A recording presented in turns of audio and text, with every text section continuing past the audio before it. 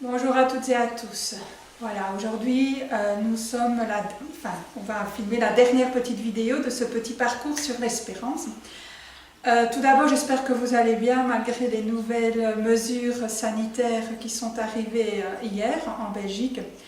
Mais justement, Jésus va nous redire aujourd'hui, nous redit encore tous les jours que nous sommes son espérance pour notre monde d'aujourd'hui. Alors bien sûr, ce n'est pas l'espérance avec un grand E, on sait bien que c'est Dieu le Père, c'est Jésus-Christ lui-même qui est notre espérance. Mais pour lui, il a désiré que nous puissions être son espérance pour le monde aujourd'hui. Je crois que nous avons tous déjà fait cette petite expérience. Ce qui nous fait sentir vraiment que on est quelqu'un pour une personne, mais d'abord c'est qu'on se sente aimé de cette personne, mais à un tel point que cette personne a besoin de nous. Mais vraiment besoin de nous. Que nous ne soyons pas comme un pot de fleurs pour elle, c'est-à-dire une décoration pour elle, mais vraiment qu'elle a besoin de nous. Jésus-Christ le sait mieux que tout le monde. Alors oui, en tant que Dieu, puisqu'il est Dieu, Jésus-Christ aurait pu être indépendant de nous tous, de nous les hommes, pour réaliser l'œuvre du Père. Mais parce qu'il nous aime vraiment, en vérité, il a voulu en faire autrement. Il a voulu avoir besoin de nous tous pour réaliser l'œuvre du Père ici, dans notre monde aujourd'hui. Alors bien sûr, nous sommes des créatures limitées, mais pourtant, Dieu met entre nos mains toute son espérance pour le monde d'aujourd'hui. Nous sommes, comme le dit bien souvent notre pape François, dans la même barque que tous les hommes, les femmes, les enfants de notre monde d'aujourd'hui. Et comme le pape, je ne sais pas si vous avez eu l'occasion de le lire, dans son message pour la journée mondiale des missions de cette année 2020, il dit ceci, je le cite. « Nous nous trouvons dans la même barque, tous fragiles et désorientés, mais en même temps importants et nécessaires.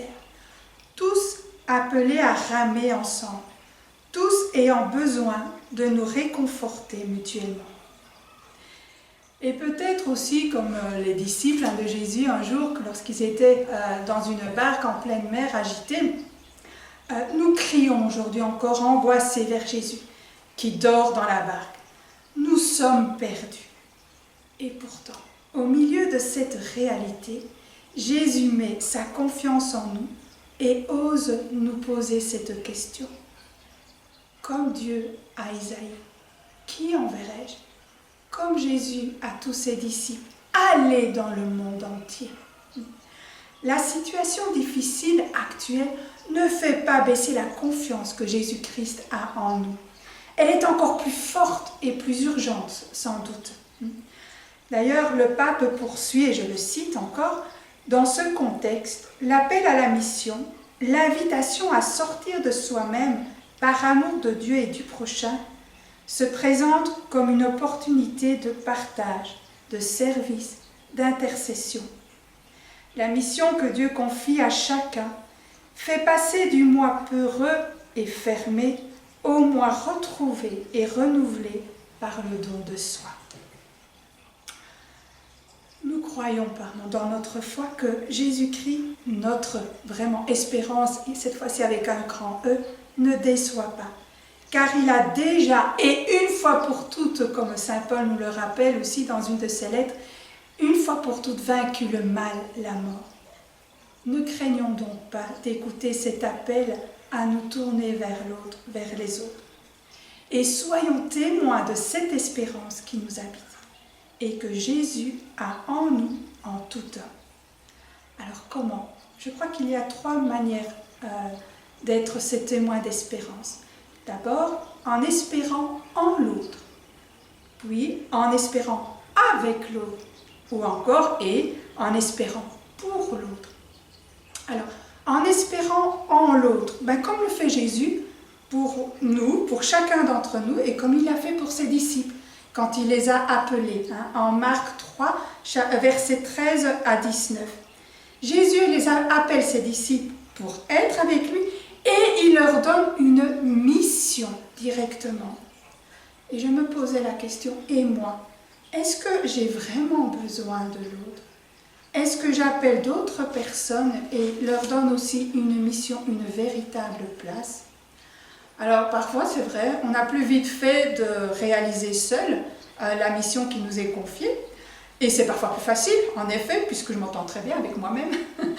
Mais Jésus, donner l'espérance au monde, c'est aussi donner une place réelle à l'autre, une mission à l'autre. Deuxièmement, en espérant avec l'autre. Le pape d'ailleurs nous le rappelle un petit peu aussi par les prières d'intercession. Mais comme Jésus aussi, avant de vivre par exemple sa passion, quand il était à Gethsémani, il a demandé à ses disciples de prier avec lui. Il avait besoin de nourrir son espérance avec les autres, avec les siens, en priant ensemble. Dans la prière commune, espérer pour les hommes et les femmes de la terre. Et dernièrement, en espérant pour les autres. Alors, il y a une manière un petit peu très consciente de Jésus lors de la dernière scène, que l'on peut relire en Matthieu 26 aussi, quand Jésus dit « Ceci est mon corps livré pour vous, ceci est mon sang versé pour vous ». Dans cette dernière scène, Jésus anticipe le sens de sa passion et de sa mort. Les siens, peut-être ses amis, sont arrivés à une limite dans leur espérance. Ils ne savent plus très bien, ils sont vraiment troublés par tout ce qui se passe. Jésus, en donnant sa vie, va espérer pour eux et va les emmener avec lui vers l'espérance qui ne déçoit pas par sa résurrection. Alors, il vous est peut-être déjà arrivé d'espérer pour les autres. Je crois que les parents, souvent, espèrent pour leurs enfants. Ils disent, mais tu peux y arriver. Et ils mettent tout pour qu'ils y arrivent. Mais il y a aussi d'autres manières. Parfois, on n'est pas aussi conscient que cela, ni comme Jésus, on ne pourrait pas anticiper. Et je vais vous donner deux petites expériences. Par exemple, je fais partie d'une communauté. Je suis missionnaire dans une communauté.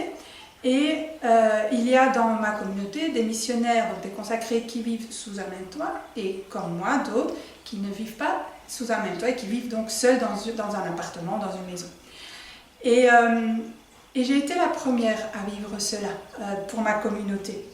Alors au moment même, je vous assure, c'était un saut vraiment vers l'inconnu, avec peur et tremblement. Certaines missionnaires d'ailleurs, et c'est normal, tout à fait normal, n'y croyaient pas trop de pouvoir vivre la consécration de cette manière. Mais des personnes, par contre, certaines ont cru, et j'y ai cru aussi grâce à elles. Et maintenant, nous sommes plusieurs dans la communauté à vivre ce type de vocation. Et notre communauté a été transformée dans sa configuration elle-même. Elle a permis d'autres possibilités. Une autre expérience, j'ai vécu pendant des années à Bruxelles, aussi comme animatrice en pastorale, mais j'étais la seule missionnaire dans ma communauté à Bruxelles, mais il y avait aussi des laïcs, des couples, des familles, etc. Ils sont toujours là d'ailleurs. Et à un moment donné, on a pris la décision que ce serait bien que je quitte Bruxelles, et donc je suis venue dans le diocèse du Hainaut. Les laïcs n'étaient pas très contents, ils disaient mais qu'est-ce qu'on va devenir, qu'est-ce qui va se passer? Et moi aussi, tout changement est un peu difficile à faire, c'est vraiment une autre réalité. Et en même temps, ça me faisait pas, être plus loin des personnes avec qui on avait cheminé pendant plus de 10 ans, c'est pas évident non plus, mais je croyais en eux. Et aujourd'hui, ils animent un groupe de prière où c'est eux qui prêchent la parole, qui donnent la vie à travers ce groupe de prière. Ils sont aussi dans la catéchèse, dans leur paroisse, etc. Voilà. Parfois, en mourant un peu à soi-même, en espérant pour l'autre, parce que ça coûte un peu, il faut être honnête, il y a une fécondité insoupçonnée. Il y a de nouveaux fruits pour tous. Il y a l'espérance qui grandit dans les cœurs. Jésus-Christ, vraiment, aujourd'hui, dans notre monde, dans la réalité où nous vivons, nous invite aussi à être son espérance pour le monde là où nous sommes, là où nous vivons, là où nous travaillons, là où nous nous engageons. Et notre monde en a vraiment besoin. Voilà, que nous puissions, comme Isaïe, comme tant de prophètes, comme les disciples, comme tant de personnes, redire ce oui, là où nous nous trouvons. Bonne journée.